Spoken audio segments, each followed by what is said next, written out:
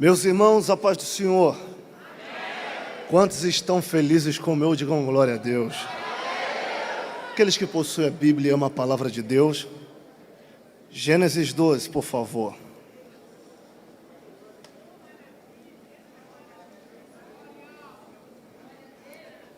Gênesis 2, 7. 3 minutinhos. Quantos encontraram, digam amém. Está escrito assim: e formou Deus o homem do pó da terra, e soprou em seus narizes o fôlego da vida, e o homem foi feito alma vivente. E formou o Senhor Deus o homem do pó da terra, e soprou em seus narizes o fôlego de vida, e o homem foi feito alma vivente. Gente, na minha opinião, o livro do Gênesis é o livro mais extraordinário de todo o Antigo Testamento. Apesar de por nós ser conhecido como livro de início, o livro de Gênesis vai muito além de livro de início. Até porque essa nomeação Gênesis não é uma nomeação original, é uma nomeação grega. Essa nomeação grega de Gênesis foi dada no período interbíblico, mais conhecido como período intertestamentário, período de 400 anos entre Malaquias e Mateus. É o período em que a filosofia grega dominou a humanidade, só se falavam sobre Platão, Aristóteles e Sócrates, e um sumo sacerdote de Jerusalém, conhecido como Eleazar, ele teve uma ideia de chamar Ptolomeu Filadélfo do Egito, e desse período aí, pegar 1000 sábios judeus, e de cada 1000 sábios tirar 6 de cada tribo, totalizando 12 tribos vezes 6, 72 sábios.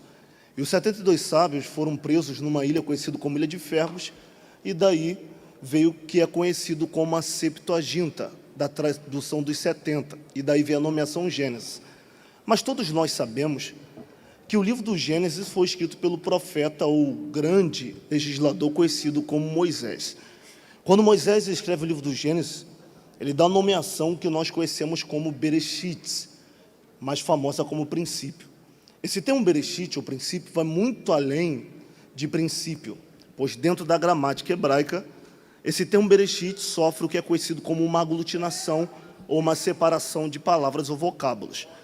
Esse termo Bereshit, ele sofre uma separação gramatical ao ponto de ser separado em 3. Pastor, e quais são as 3 separações gramaticais do Bereshit? A primeira é o Brit, a segunda Rosh, a terceira Ish, junção Bereshit, separação Brit, Rosh e Ish, que dão 3 significados dentro de uma nomeação. E quais são os significados? Brit é aliança, Rosh, cabeça, Ish, homem. Logo, a junção do nome Bereshit, separação Brit, aliança, Rosh, cabeça, Ish, homem, que dá o sentido original do livro do Gênesis. Pastor, qual é o sentido original do livro do Gênesis? Eu já caminho para encerrar. O sentido original do livro do Gênesis é esse aqui. No princípio, Deus criou um Brit, Rosh e Ish. Ou, no princípio, Deus criou uma Brit, aliança com Rosh, cabeça, Ish, homem. Logo, o livro do Gênesis é o livro da aliança Brit, com cabeça, Rosh, homem, Ish.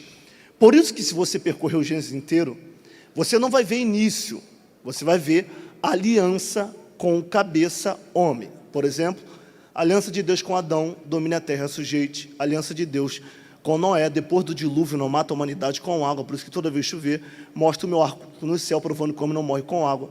A aliança de Deus com Abraão, sai da tua terra, da tua parentela, da casa de teu pai. A aliança de Deus com Isaac, não desças ao Egito, habita onde te disser, porque de ti farei uma grande nação. A aliança de Deus com Jacó, depois de 40 anos de guerra interna na casa de Isaac, sai fugido para o deserto de luz, vê uma escada, anjo que sobe e desce. Deus deu topo ele na ponta, e Deus diz: eu sou o Deus de Abraão, teu pai, o Deus de Isaac, e agora serei contigo. Aliança de Deus, e o fim de Gênesis, com José, sol, lua e 11 estrelas se inclinarão diante de ti. Então, percorrendo o Gênesis inteiro, a gente vê muito mais do que um início. O que a gente vê é a aliança com cabeça, homem. Por quê, pastor? Porque no livro do Gênesis, o que Deus quer é aliança, relacionamento e casamento. Para entregar o microfone, repita comigo: aliança, relacionamento, casamento. Pastor, então prova que Deus quer no Gênesis aliança, relacionamento e casamento. A primeira prova é que quando Deus vai formar quem Ele vai se entrelaçar, quer se relacionar, que é Adão, Ele forma a partir de si mesmo. Por isso que ele diz o termo façamos, que é a partir de si mesmo. Segunda prova é que ele vai materializar aquilo que ele formou dentro, que é do pó. Pó vem do hebraico afar, fragmento de terra. Ele pega a molécula do pó, unifica o pó, até que o pó forme um boneco que pareça com ele mesmo. E depois que o boneco parece com ele mesmo, ele vai soprar a segunda fase, que é o fôlego, que vem do hebraico Nishmaraim. E o que é Nishmaraim, pastor? Nishmaraim não é vento. Nishmaraim é essência divina dentro do barro. Deus, ou pastor, por que Deus está formando o homem do pó e soprando a essência dentro? É Deus dizendo, porque quem eu estou formando para se relacionar comigo tem que parecer comigo.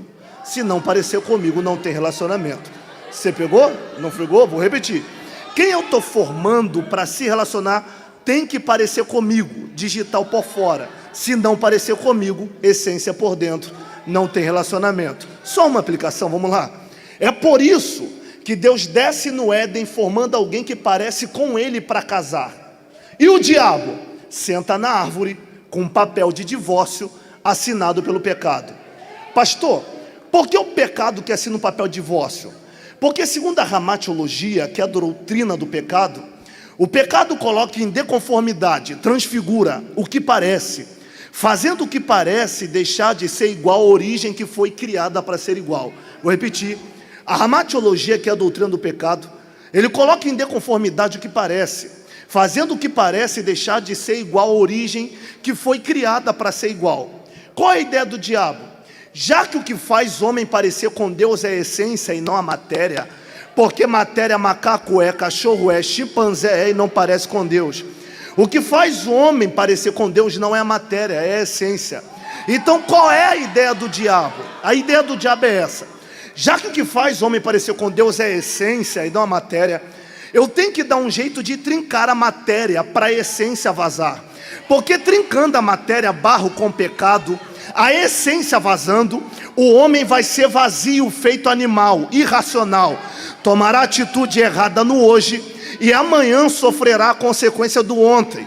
É por isso que o pecado é chamado de parcela de cartão de crédito. Tu compra hoje, peca hoje e não sente, mas mês que vem a primeira parcela, no outro mês a segunda parcela, e você vai sofrendo pelaquilo que você já gastou. Então o diabo quer trincar a matéria para a essência vazar. Você nunca se perguntou? Se perguntou o que, pastor? Por que Deus fez o homem de matéria, mas não fez de essência pura? O céu inteiro é de Nishmaraim, essência.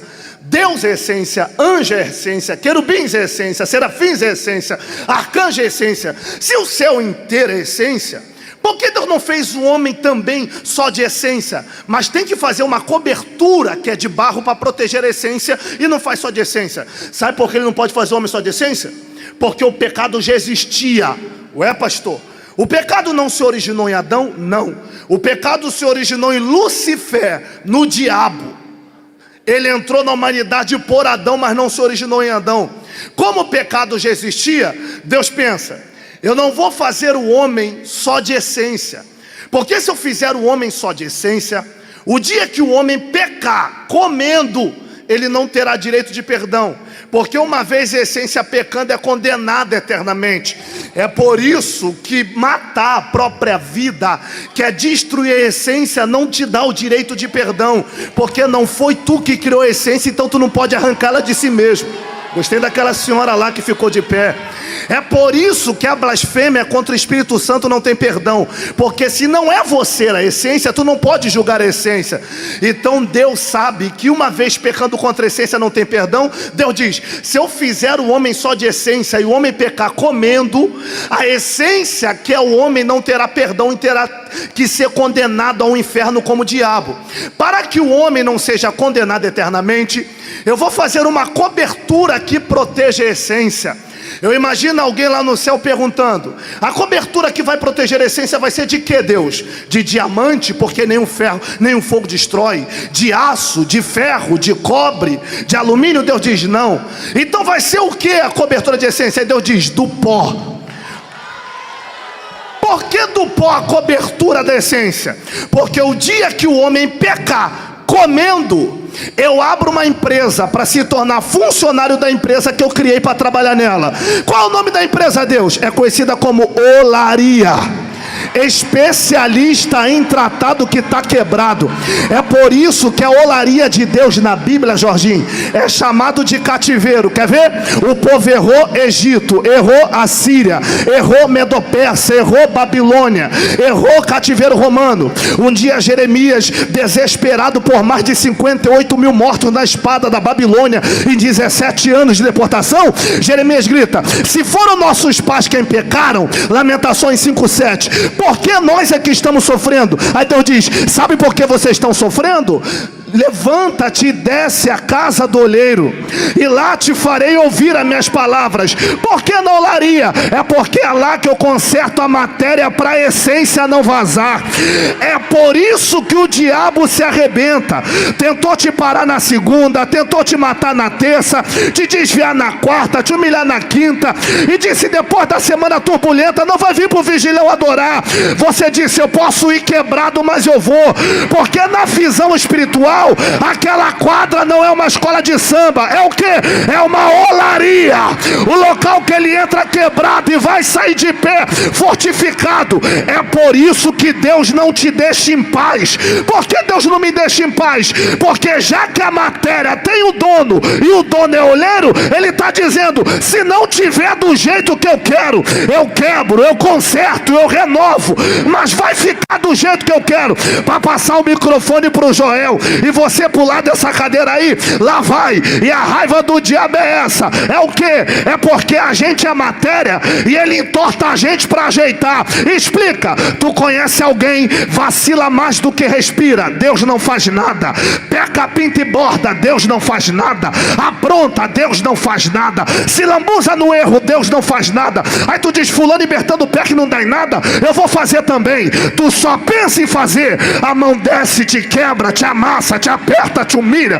E tu diz: se fulano libertando faz e não dá em nada, porque eu só pensei em fazer e o Senhor me quebra. Aí Deus diz: porque para fulano que faz, lei de Adão. Qual é a lei de Adão? Crescer e multiplicar e nascer por consequência da vida. E para você que pensa em fazer, porque ele te quebra? Porque para você, lei de Jeremias: antes que eu te formasse no ventre, eu te conheci. Antes que tu saísse da madre, eu te santifiquei, e as nações eu te dei por profeta. Para não perder o costume, 30 segundos para você adorar, que eu quero te ouvir. 29, tá quebrado, mas tem dono ainda. 28, o diabo tentando te matar, mas tu tem dono ainda. 27, o inferno querendo acabar com a tua vida, mas tu tem dono. Eu vou profetizar. 26, no lugar da vergonha, Deus vai te dar dupla honra. 25, a glória da última casa vai ser maior do que a primeira. 24, toda a ferramenta preparada contra ti não prosperará. 23, envergonhado e confundido serão os teus adversários. Quem pode adorar a Ele? Abre a boca. Glória a Deus. Deus te abençoe, meu amigo.